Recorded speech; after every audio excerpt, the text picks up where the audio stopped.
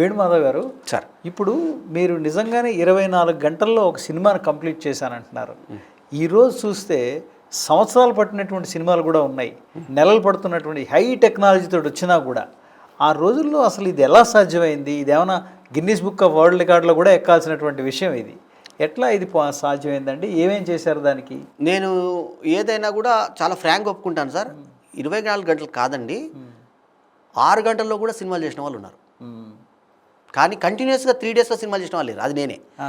కానీ 24 గంటలు అన్నారు కదా మీరు, పొద్దున 6 గంటలకు స్టార్ట్ అయ్యి రాత్రి 2 గంటలు అయితే 24 గంటలు ఎలా అవుతాయి సార్?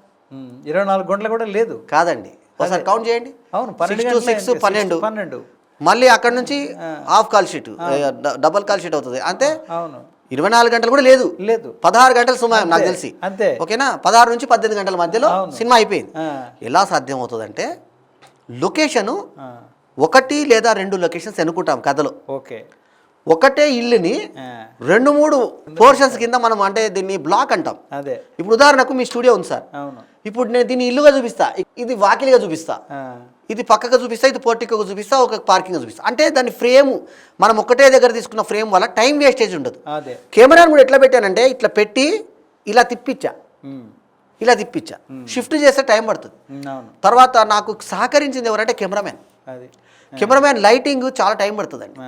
ఆయన యాక్చువల్ మీటర్ ఉండేది అప్పుడు, ఫిలిం రీల్ ఉన్నప్పుడు ఇట్లా మీటర్ పెట్టి చెక్ చేసేవాళ్ళు, ఎంత దూరం ఏమొస్తుంది, ఎంత వస్తుంది, బ్లర్ అవుతుందా, ఏమవుతుందా అనేది టేప్ పెట్టి కొలుచుకునేవాళ్ళు. ఆయన టేప్ కూడా లేదండి, కంటి చూపుతో చేసేవాడు అరుణాథ్ రెడ్డి.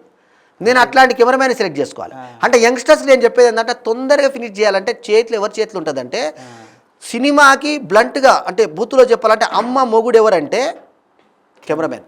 అర్థమైందా మీకు? కెమెరామ్యాన్ తలుచుకుంటే ఒక సినిమాని డ్రాగ్ చేయొచ్చు, కెమెరామ్యాన్ తలుచుకుంటే ఒక సినిమాని కిల్ చేయొచ్చు, కెమెరామ్యాన్ తలుచుకుంటే ఒక సినిమాని సూపర్ హిట్ చేయొచ్చు. అందుకే కదా చోటాకే నాయుడు గారు లాంటి వాళ్ళు స్టార్లు అయ్యారు వాళ్ళు.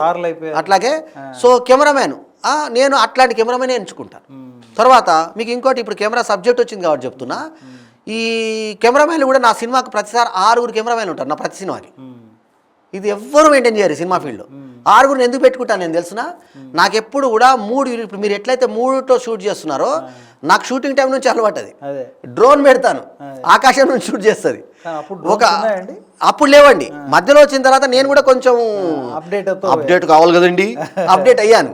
సో అయితే మాస్టర్ పీస్ ఏదైతే సెంటర్ ఒక షాట్ ఉంటుందో, అది ఒక మాస్టర్ పెట్టుకునేవాడిని.